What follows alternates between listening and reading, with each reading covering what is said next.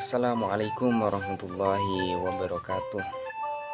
Perkenalkan, nama saya Dimas Kurniawan Budi Susanto dengan NIM akhir 247 kelas 2E PGSD beserta keenam rekan saya Triandani Fitriah dengan NIM akhir 212, Nur Faidatul Laili dengan NIM akhir 213, Fitri Ainun Nikmah dengan NIM akhir 214, Khairun Niswatin dengan NIM akhir 226, Kartika Chandra Kirani dengan NIM akhir 231, dan Fadilatul Rizkiyah dengan NIM akhir 249.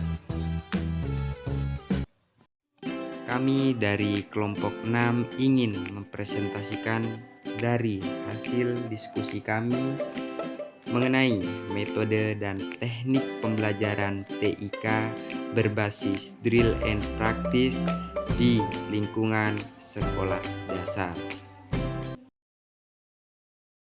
Pengertian TIK berbasis drill and practice. Drill secara bahasa berarti aktivitas menghafal, mengeja kata, dan sebagainya. Sedangkan practice atau praktek dapat dikategorikan di dalamnya seperti menulis, laksanakan gerakan dalam olahraga, dan sebagainya. Metode drill adalah salah satu metode pembelajaran yang menekankan pada kegiatan latihan tertentu untuk menguasai kemampuan atau keterampilan tertentu. Sedangkan metode practice adalah tindakan berulang kali, melatih perilaku berulang kali untuk tujuan menguasai atau meningkatkannya. Jadi, metode drill and practice adalah suatu cara mengajar dengan memberikan pelatihan atau kegiatan dengan latihan-latihan yang melatih perilaku berulang kali dengan tujuan untuk menguasainya dan memperoleh suatu keterampilan tertentu.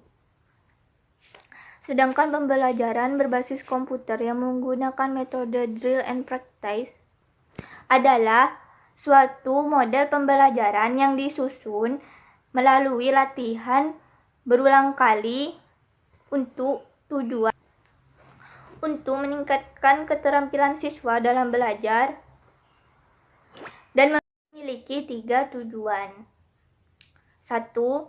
Membantu siswa untuk belajar secara mandiri. 2. Melatih berbagai indera siswa. 3. Untuk menciptakan suasana belajar yang baru. Selanjutnya yang kedua, metode dan teknik pembelajaran TIK berbasis drill and practice. Menurut Sharon tahun 2005 di dalam bukunya halaman 120, model drill and practice ini mengarahkan siswa melalui latihan untuk meningkatkan kecekatan, ketangkasan, kefasihan, serta kelancaran dalam suatu keterampilan.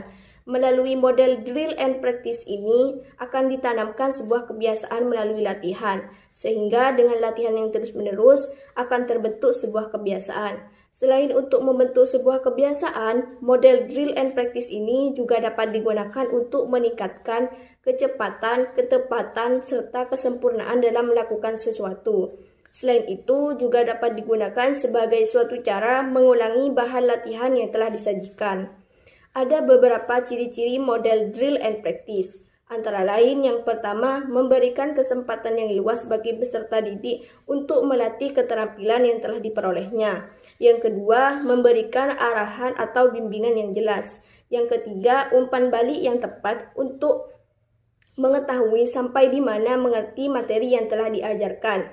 Yang keempat, pembelajaran secara korektif, program remedial, serta pengayaan. Yang kelima, memiliki asumsi bahwa informasi atau materi dasar telah disampaikan kepada peserta didik atau telah diajarkan. Yang keenam, memiliki tujuan untuk memperkuat serta memperjelas, memberikan penekanan pada jawaban yang benar, mengidentifikasi dan memperbaiki jawaban-jawaban yang salah. Tujuan dari dilakukannya model ini adalah agar peserta didik bisa lebih cepat, terampil, dan tepat dalam melakukan suatu keterampilan, seperti mengetik dan menghitung. Sesuai dengan pengertian dari drill and practice, maka akan ditekankan pada latihan, yang mana dari latihan tersebut nantinya peserta didik akan lebih terampil atau bahkan mahir dalam keterampilan yang ditekuninya. Yang mana dari latihan tersebut nantinya peserta didik akan bisa atau bahkan mahir dalam melakukan suatu keterampilan yang ditekuninya. Kemudian keuntungan penggunaan model drill and practice melalui komputer, peserta didik dapat timbal balik atas respon mereka tanpa harus menunggu guru mengoreksi dan tanpa perlu menunggu sampai mereka membuat kesalahan yang banyak. Seperti misalnya saat UAS ataupun kuis ataupun ujian lainnya yang menggunakan Google Form, saat peserta didik sudah menjawab soal, maka akan ada opsi lihat skor untuk melihat kuis yang sudah dijawab oleh peserta didik, tanpa harus menunggu lebih lama. Kemudian misalnya saat UNBK, pengoreksian UNBK akan lebih cepat daripada UN menggunakan kertas. Dan UNBK juga akan mengurangi kesalahan-kesalahan fatal yang biasanya terjadi pada UN menggunakan kertas, seperti misalnya arsiran pensil yang keluar dari lingkaran jawaban. Selanjutnya, saya akan membahas tentang pembelajaran TIK berbasis drill and practice. Secara umum, tahapan penyajian model drill and practice ini terdapat 4 tahapan. Yang pertama, yaitu penyajian masalah-masalah dalam bentuk latihan soal pada tingkat tertentu dari kemampuan dan performa siswa. Yang kedua, siswa mengerjakan soal-soal latihan. Yang ketiga, program merekam penampilan siswa, mengevaluasi, dan kemudian memberikan umpan balik. Yang keempat, jika jawaban yang diberikan siswa benar, maka program menyajikan materi selanjutnya. Dan apabila jawaban siswa salah, maka program menyediakan fasilitas untuk mengulangi latihan atau remedial. Remedial ini dapat diberikan secara parsial dan atau pada akhir keseluruhan soal. Media yang digunakan dalam pembelajaran TIK berbasis drill and practice. Media pembelajaran berbasis komputer atau biasa disebut dengan pembelajaran berbantuan komputer adalah suatu media pembelajaran yang menarik dan bisa meningkatkan motivasi belajar bagi peserta didik.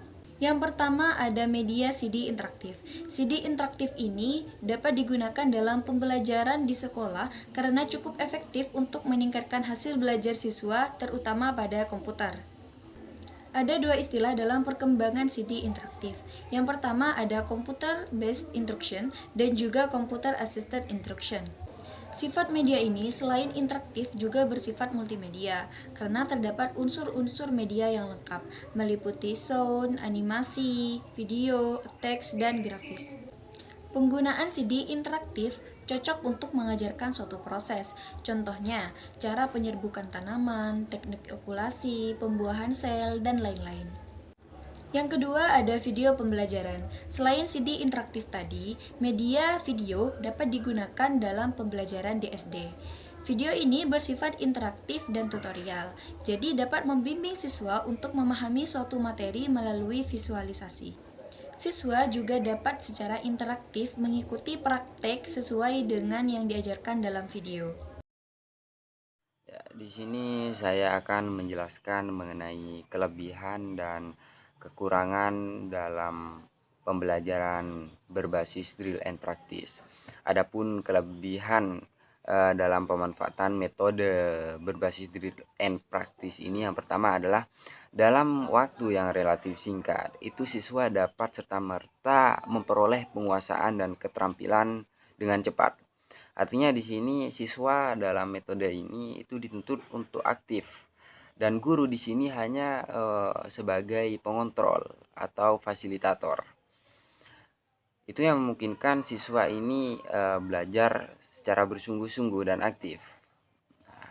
Kemudian yang kedua itu dapat menanamkan kepada siswa untuk mengambil kebiasaan belajar secara rutin dan disiplin.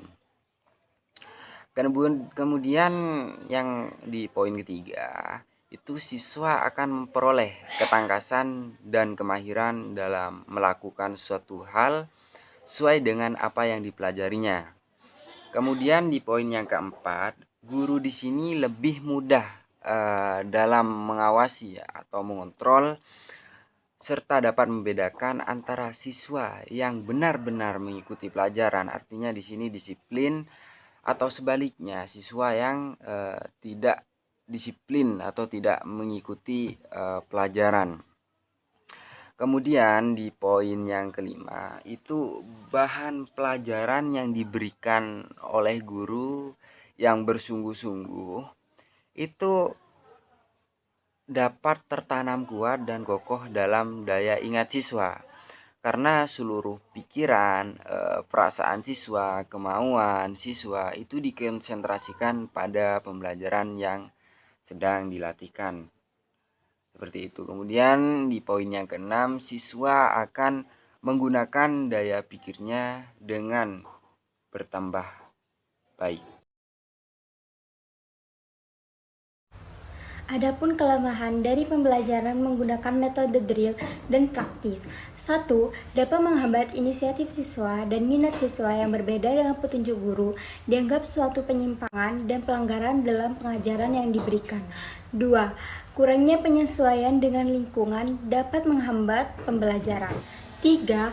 Dapat juga membentuk kebiasaan-kebiasaan yang kaku dan dalam memberikan stimulus siswa dibiasakan bertindak otomatis. 4. Dapat menimbulkan verbalisme. Ini dapat mengganggu konsentrasi belajar peserta didik, apalagi bila kata yang digunakan banyak yang terasa asing atau di luar pengetahuan peserta didik.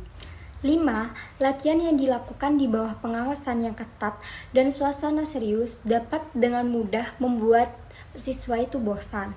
6. Latihan yang terlampau berat dapat menimbulkan perasaan benci dalam diri siswa baik terhadap pelajaran maupun kepada gurunya.